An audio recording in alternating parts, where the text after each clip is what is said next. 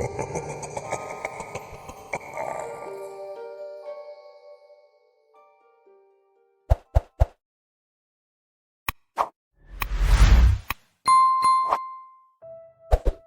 darkness began with a dream, the same dream night after night for months. I'd see it standing on the horizon, its massive wings spread against a blood-red sky. Not beautiful like the angels in paintings. This thing was wrong. Its wings were covered in feathers that seemed to swallow light rather than reflect it, creating a void against the crimson backdrop that hurt to look at directly. Its mouth stretched too wide, filled with hundreds of needle-sharp teeth that glinted like polished obsidian, arranged in multiple rows that extended impossibly far down its throat. But the eyes...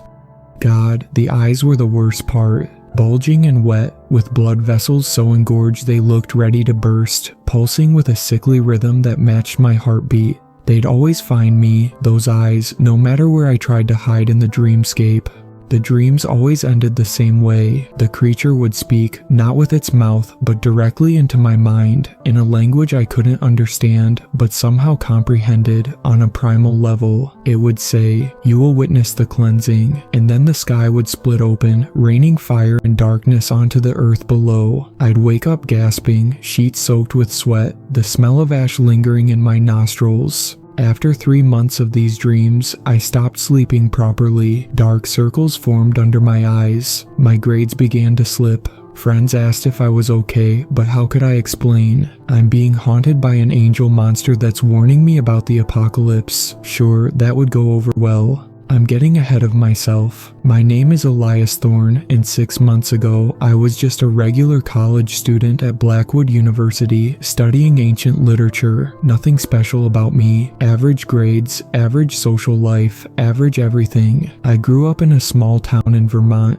raised by my grandmother after my parents died in a car accident when I was 7. I'd always been drawn to old stories, myths, legends, tales of gods and monsters and heroes. I guess there was a reason for that, though I didn't know it then. Everything changed on October 17th. The date is burned into my memory, a scar that will never fade. I was hiking alone in Millstone Woods, about 5 miles from campus. It was a crisp fall afternoon, the kind where the sunlight turns everything golden. I remember thinking how peaceful it was, the crunch of leaves under my boots, the occasional call of a bird, the smell of earth and decay. I'd gone there to clear my head, hoping the fresh air might chase away the lingering unease from my dreams. The trail I followed wasn't on any official map. I discovered it during my freshman year, a narrow path that wound between ancient oak trees and granite boulders covered in emerald moss. The locals said Millstone Woods was haunted, that hikers sometimes heard whispers or caught glimpses of figures that vanished when approached. College rumors, I'd always thought,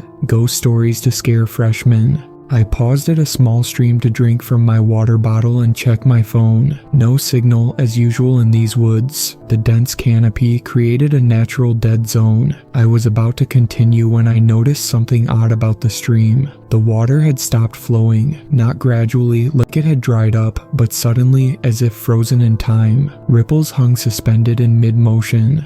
That's when the silence hit me. One moment, the forest was alive with sound. The next, nothing, like someone had pressed a mute button on the world. The air felt suddenly heavy, pressing against my skin like I was deep underwater. The temperature plummeted. My breath fogged in front of my face, though it had been a comfortable 60 degrees moments before. The hairs on my arms stood on end, and a crawling sensation moved up my spine, like icy fingers tracing each vertebra. That's when I saw it, not in a dream this time.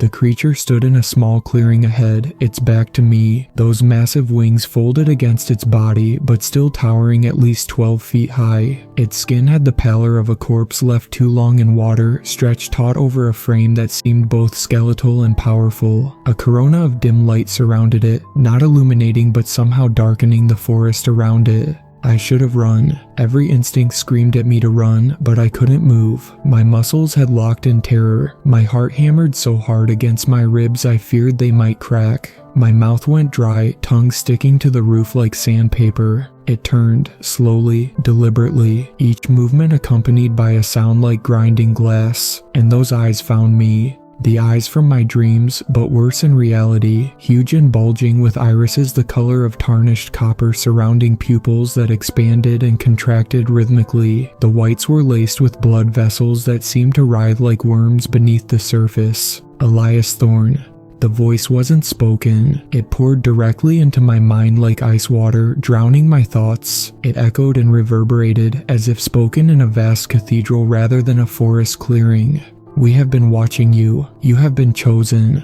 Its mouth didn't move when it spoke, but I could see those teeth, row upon row of them, too many to count, too sharp to be real. They glistened with a viscous fluid that dripped slowly to the forest floor, sizzling against the fallen leaves. "I am Azraphel, the third herald. The 12th cycle nears completion. The cleansing approaches."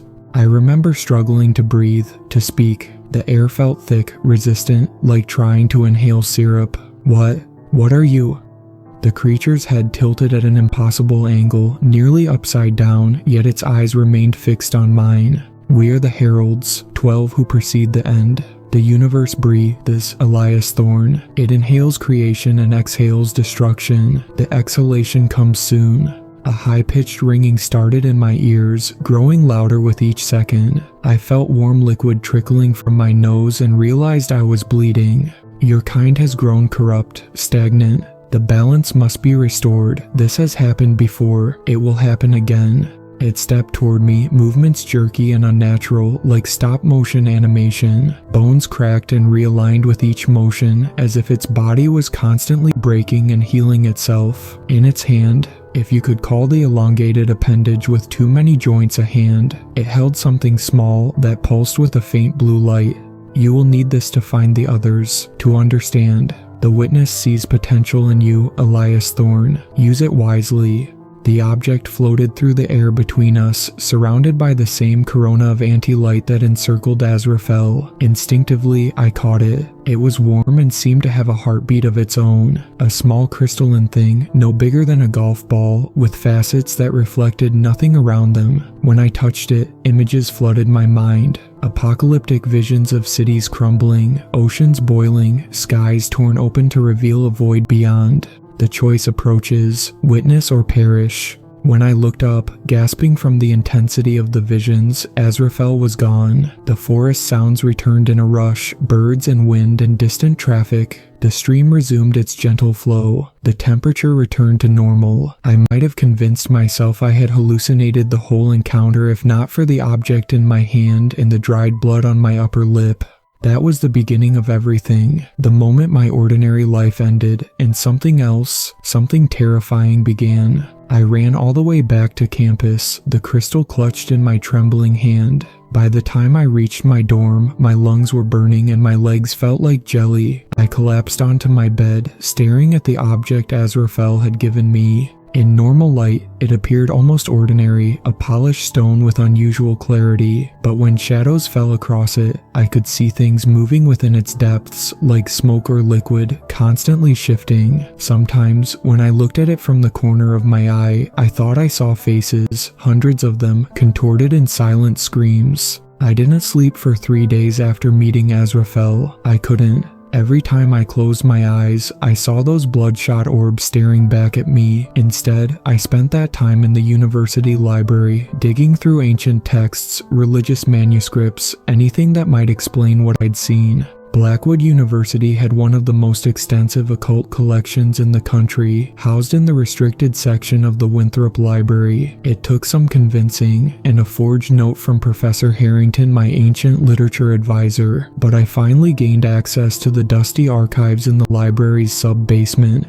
The place was a maze of towering bookshelves and glass display cases. The air smelled of mildew and something else, something older, like the musty breath of centuries. The fluorescent lights flickered overhead, creating dancing shadows between the stacks. On the 4th day, I found something in an obscure medieval text called The Vigil of 12 Watchers. It was written in Latin, with annotations in what appeared to be Middle English and another language I couldn't identify. The tome was massive, bound in cracked leather that felt unnaturally warm to the touch, its pages yellowed and brittle with age. The illustrations were crude, but unmistakable. Winged beings with too many teeth and eyes like bleeding suns. One drawing in particular made my blood freeze. A tall, emaciated figure with multiple wings and rows of needle-like teeth. Beneath it was written a single word, Azraphel. The text described these beings as harbingers that appeared before great calamities throughout history. The fall of Rome, the Black Death, the Great Fire of London, the eruption of Krakatoa, the influenza pandemic of 1918. According to the book, they weren't causing these disasters, they were announcing them, heralding them. With shaking hands, I took photos of every relevant page with my phone. As I captured the last image, the crystal in my pocket began to pulse and grow warm. When I removed it, it glowed with an intensity I hadn't seen before, casting eerie blue shadows across the ancient text. The glow faded as soon as I put the book down. Something within me changed in that moment. The fear was still there, but alongside it grew a determination. This wasn't just happening to me, it was happening to everyone, to the whole world. And somehow, for reasons I couldn't understand, I was being given a chance to do something about it.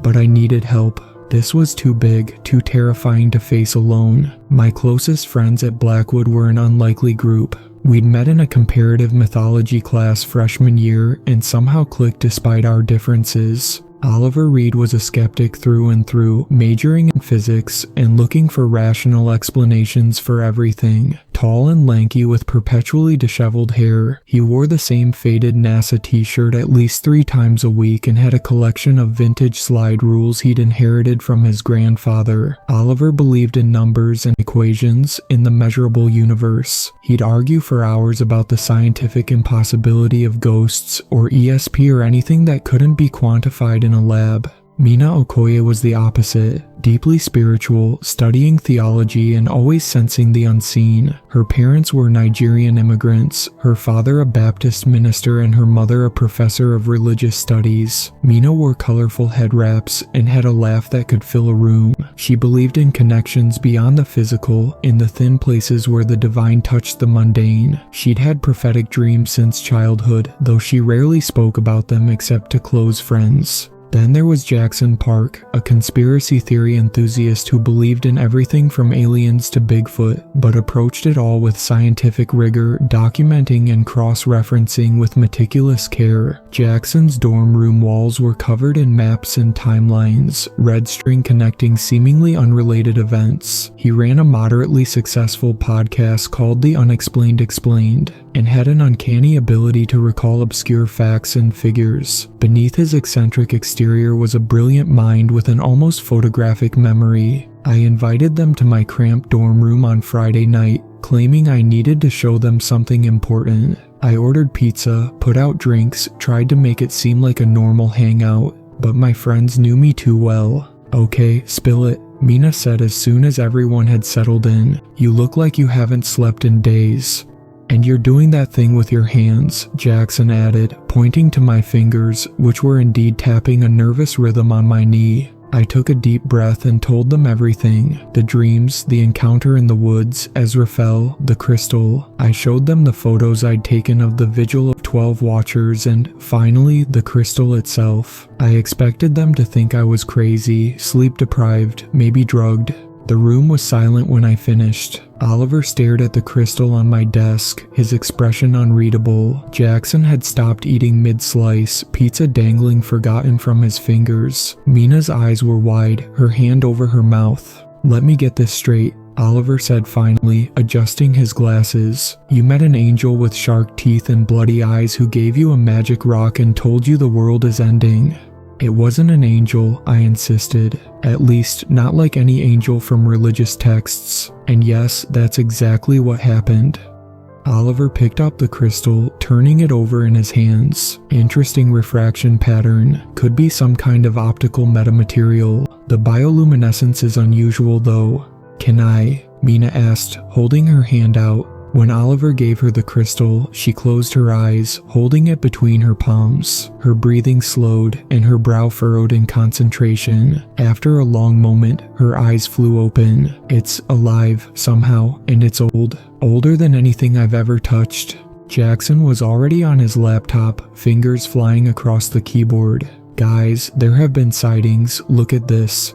He turned the screen to show us news reports from around the world. Unexplained phenomena, strange winged figures spotted in remote locations, Russia, Brazil, Namibia, Australia, sudden inexplicable deaths where victims were found with expressions of absolute terror, their eyes hemorrhaged. Unusual weather patterns, earthquake swarms in geologically stable regions. None of the reports made the connection, but once you knew what to look for, the pattern was clear.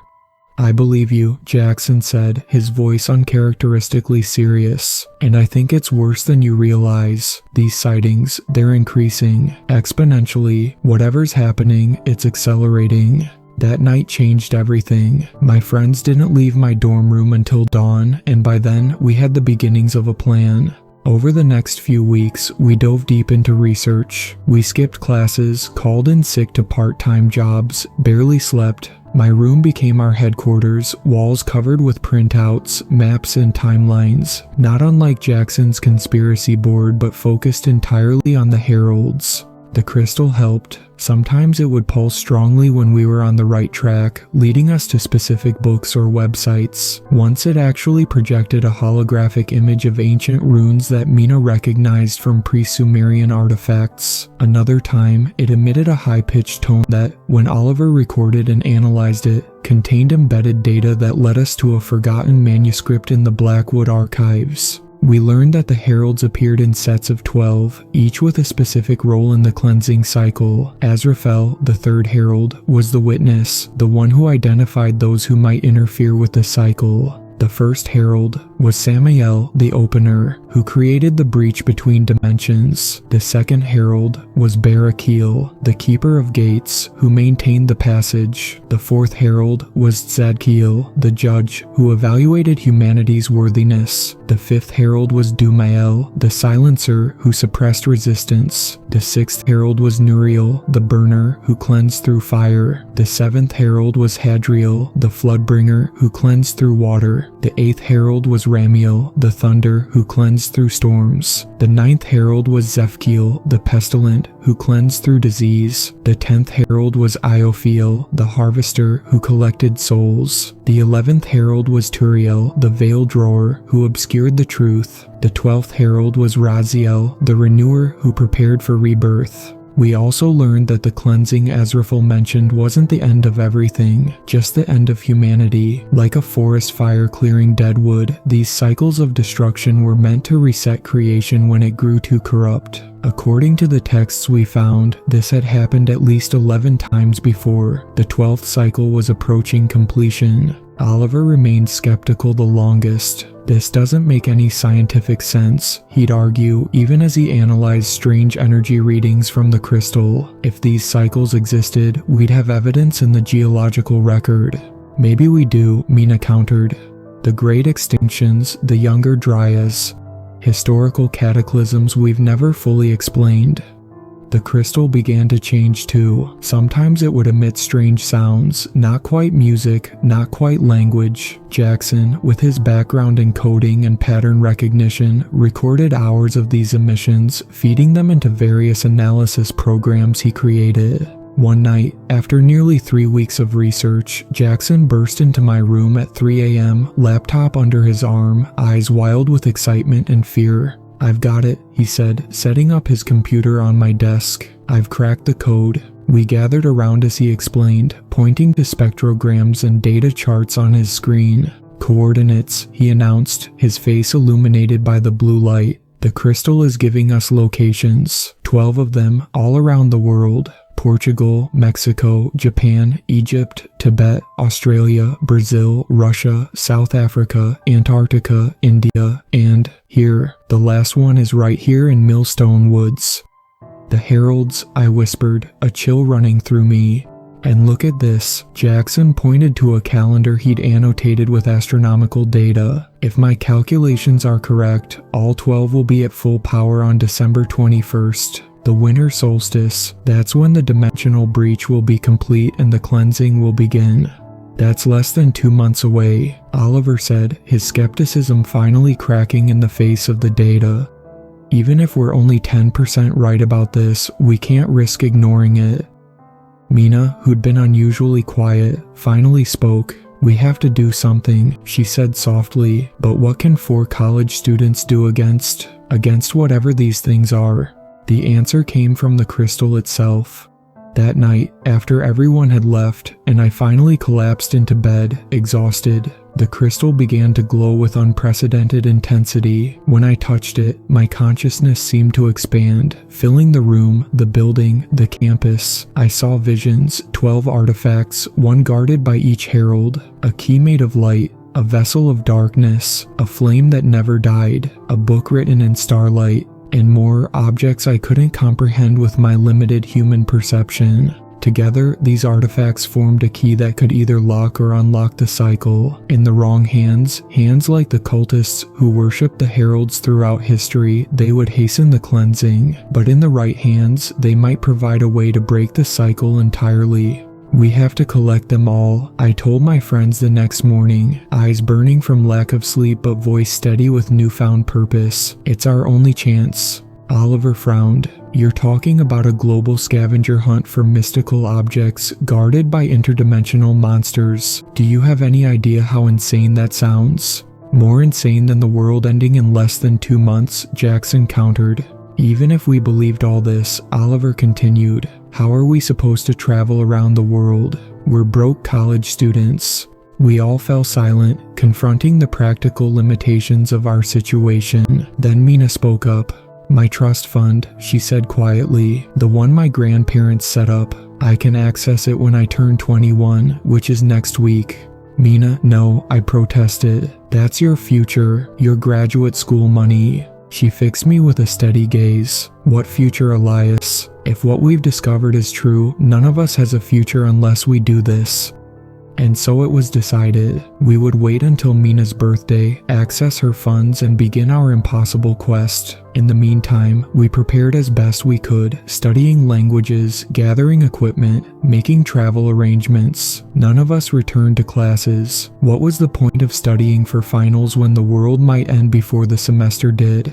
The night before we were set to leave, I had another dream, not of Azraphel this time, but of something even more ancient, a presence that existed before the heralds, before the cycles of cleansing. It showed me a truth I wasn't ready to understand, that the heralds weren't separate entities but reflections, echoes of human consciousness given form and purpose, that the cycle wasn't imposed from outside, but generated from within. I woke with the phrase echoing in my mind. The cleanser and the cleansed are one and the same. What that meant, I had no idea, but I wrote it down, another piece of the puzzle we were desperately trying to solve before time ran out. Stone of his identity was gone, replaced by a hollow confusion that hurt to witness. It was worth it, he insisted, though his eyes showed his loss. One memory for the world, easy trade.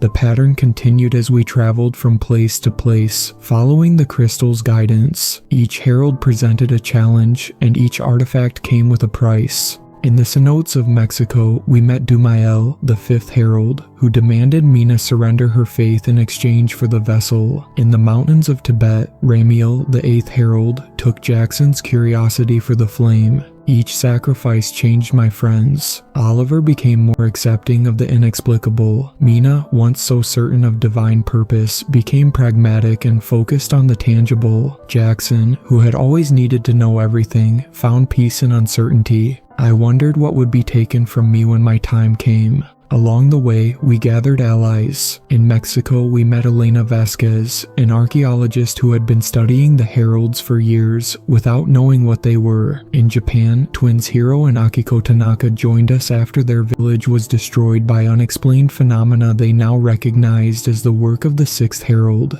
Our group grew, and with it, our determination, but we also attracted attention. The followers of the cleansing found us in Egypt. Their leader, a man named Vincent Price, yes, really, and he hated jokes about it, had devoted his life to serving the heralds, believing the destruction they brought was necessary and just. "You're disrupting the natural order," he told us, his followers surrounding our camp near the pyramids. "The world needs cleansing. Humanity has grown corrupt, destructive. The cycle will reset everything, allow a fresh start." At the cost of billions of lives, I argued. Price shrugged. Creation demands sacrifice. Who are you to interfere with cosmic law? We escaped, but barely. Price's followers were everywhere, watching, waiting. And we lost Elena in the chaos, not to death, but to betrayal. She had been working with the cult all along, feeding them information about our movements. She took 3 of the artifacts we had collected. 7 left, I said as we huddled in a cheap Cairo hotel room. And they have 3, that leaves 2 unaccounted for. The 9th and 11th Heralds, Jackson said, consulting his notes. According to the pattern, they should be in Australia and Antarctica. We need to split up, Oliver suggested. We don't have much time left. It was November 30th, 3 weeks until the solstice. The final days were a blur of desperate travel, confrontations with heralds and cultists alike, and increasing signs that something was very wrong with the world. Weather patterns changed dramatically. Earthquakes shook regions that had been geologically stable for centuries. People reported strange dreams, mass hallucinations, time distortions. The heralds were preparing the world for cleansing. We managed to recover one of the artifacts Elena had stolen and collect 3 more. That left us with 7, more than half. According to our research, that might be enough to disrupt the cycle, if not stop it entirely. The final confrontation took place where it had to, Millstone Woods, where I had first met Azraphel. The coordinates for all 12 heralds converged there on the solstice. We arrived at sunset, exhausted but determined. The woods had changed. The trees were bare despite the season, their branches twisted into unnatural shapes. The ground was dusted with frost that crunched under our feet, though the air was unnaturally warm. The clearing where I'd first seen Azraphel had expanded, now a perfect circle nearly 100 yards across. At its center stood an ancient stone structure that I was certain hadn't been there before, a ring of monoliths surrounding a raised platform. And waiting for us, Vincent Price and what remained of his cult. Behind them stood 3 heralds, Azraphel, Barakiel, and one we hadn't encountered before, massive and shimmering with heat. The Witness, the Keeper, and the Burner. Jackson whispered, the 3rd, 2nd, and 7th. You're too late, Price called to us, smiling. The alignment has begun. The artifacts are being drawn to their rightful places. He was right. The objects we carried were vibrating, pulling toward the stone platform. What do we do? Mina asked, clutching the vessel to her chest as it tried to float away. Before I could answer, the air split open. There's no other way to describe it. Reality tore like paper, and through the tear stepped the remaining heralds, one by one, until all 12 stood in a circle around the platform. They were singing. The sound was beautiful and terrible, harmonies no human throat could produce. The ground trembled beneath our feet. Now, I shouted, and my friends moved into position just as we had planned. We had studied the ancient texts, pieced together the ritual from fragments scattered across a dozen sources. It was dangerous, uncertain, but it was all we had. We placed our 7 artifacts at specific points around the circle, positioning ourselves between them. The cultists tried to stop us, but the power emanating from the heralds kept them at bay, the same power that should have stopped us, if not for the protection granted by our sacrifices to the heralds. Begin the counter rhythm, I called out, and my friends started to chant the words we had memorized, an ancient language that burned our throats as we spoke it. The heralds faltered, their song disrupted. Azraphel's eyes fixed on me, burning with something that might have been respect. You have come far, Elias Thorne, its voice echoed in my mind, farther than any before you, but you cannot stop what must be, the cycle is law. Every law can be broken, I replied, continuing the chant between words. At what cost? Ask yourself, what will you sacrifice to break this chain? I knew then what my sacrifice would be, the final piece. Myself, I said, and stepped onto the platform. The world exploded into light and sound. I felt my body dissolving, my consciousness expanding. I saw everything, the cycle stretching back billions of years, cleansings and rebirths, the heralds constant throughout. I saw the corruption they sought to purge, the darkness and humanity that threatened to consume us from within. And I saw the loophole. The Heralds weren't separate from humanity, they were reflections of us, our fears, our capacity for destruction, our potential for rebirth. The cycle continued because we allowed it to, because deep down, we believed we deserved punishment. "We reject the cleansing," I said, my voice no longer my own, but carrying the weight of every human who had ever lived. "We choose to cleanse ourselves in our own time, in our own way." I felt Azraphel's presence surrounding me, entering me. "Then take my burden, Elias Thorne. Become the witness. Watch over your kind until the next cycle calls. This is your sacrifice, eternity."